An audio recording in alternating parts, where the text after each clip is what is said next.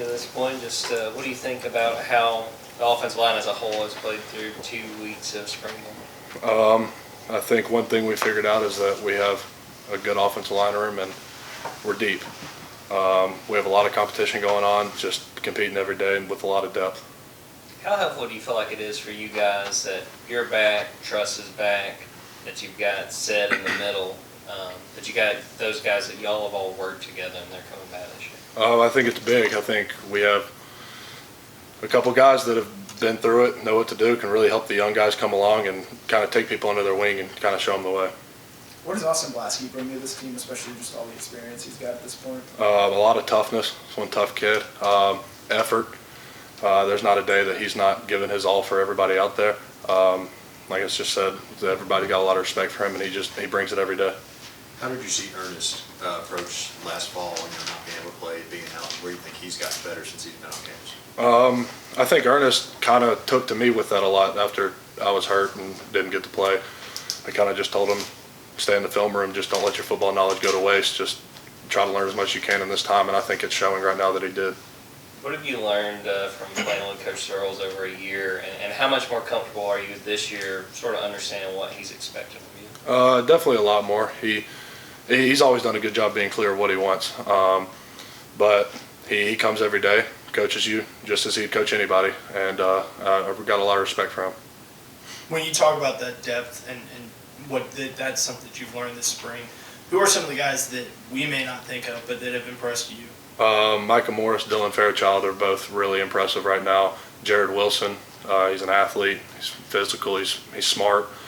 And there's a lot. Monroe came in. He's athletic. And he just shows how athletic he is. Of course, he's got things to learn here and there just about college ball, but a lot of people have came in and started doing really well. It seems like Josh Miller might be a little bit limited, but just what he's been able to do. What are your early impressions of him? He's also really athletic. He goes out there and he's doing non-contact right now, so just kind of going through drills. But he's done really good. He's kind of been picking it up in the meeting room, just picking up on things. So. With how much y'all rotated guys in and out throughout all of last year, like is there less pressure to figure out, hey, these five guys are going to be our starters, knowing, hey, this is something that could go throughout the entirety of the season anyway? I think one of Coach Searles' goals is to find a starting five and then find a backup group there's not much drop off. And I think right now we do a lot where everybody gets a lot of reps, so there's no telling. People are getting a lot of reps every practice. What have you seen out of Amarius this spring, especially knowing that he's going to be a guy who's stepping into a much bigger role with Broderick and Warren moving on? A lot. He's gotten very mature with how he goes about things, just coming in practice, not really taking plays off and things like that, just going out there and grinding every day, just really stepping into the shoes that he's got to fill. We had a chance last week to talk to Kendall. What have you seen from him as he gets ready for this year? He's definitely stepped into more of a leader role on our team. He does a really good job of just picking guys up when they have bad plays, or just getting people on the right page, just trying to get everybody going. I understand that you were pretty close to Devin Willett.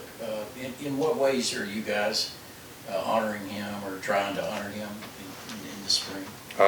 It's something that'll never leave our minds. It was one of our brothers, one of our best friends. Got a picture of him in the offensive line room now. I've got this on my wrist for him. But yeah, it's just something that will always just come about. Even when we're watching plays, old plays come up, and it's just you see him there. So it's just we always know he's there with us and taking care of us. How big have your teammates been, and really you guys in the offensive line room, in trying to carry forward after that? We've always been a really close group, just hanging out all the time, just even out of football, even in football. There's never really any arguments. But I would definitely say this has brought us closer together as a whole, and I think you can really tell out of practice and just in general life. Well, you guys have split a lot of time, taking reps at right guard in particular. Who is kind of doing that now with you? Micah and Dylan both take some reps there. It's really just Coach Searles mixes us in and out, getting us used to play to different guys because we rotate like you saw last year. So we got to get used to playing this to different people. Do you ever get tackle reps anymore? Tackle when you got here? Here and there, just filling in. What kind of adjustments have you had to make, if any, with Mike Bobo now calling the offense? How different is it from an offensive lineman's perspective? I wouldn't say it's that much different. We kind of have a few nuances in our playbook that we're changing, tweaking things here and there, but nothing too big. Do you sense like a new energy or focus, anything like that from Carson this spring, just from the opportunity he's got in front of him to win the starting job? Definitely. I think Carson's definitely focused right now, fighting it out every day. He goes into practice with a good attitude and just there to win a job. Any more questions?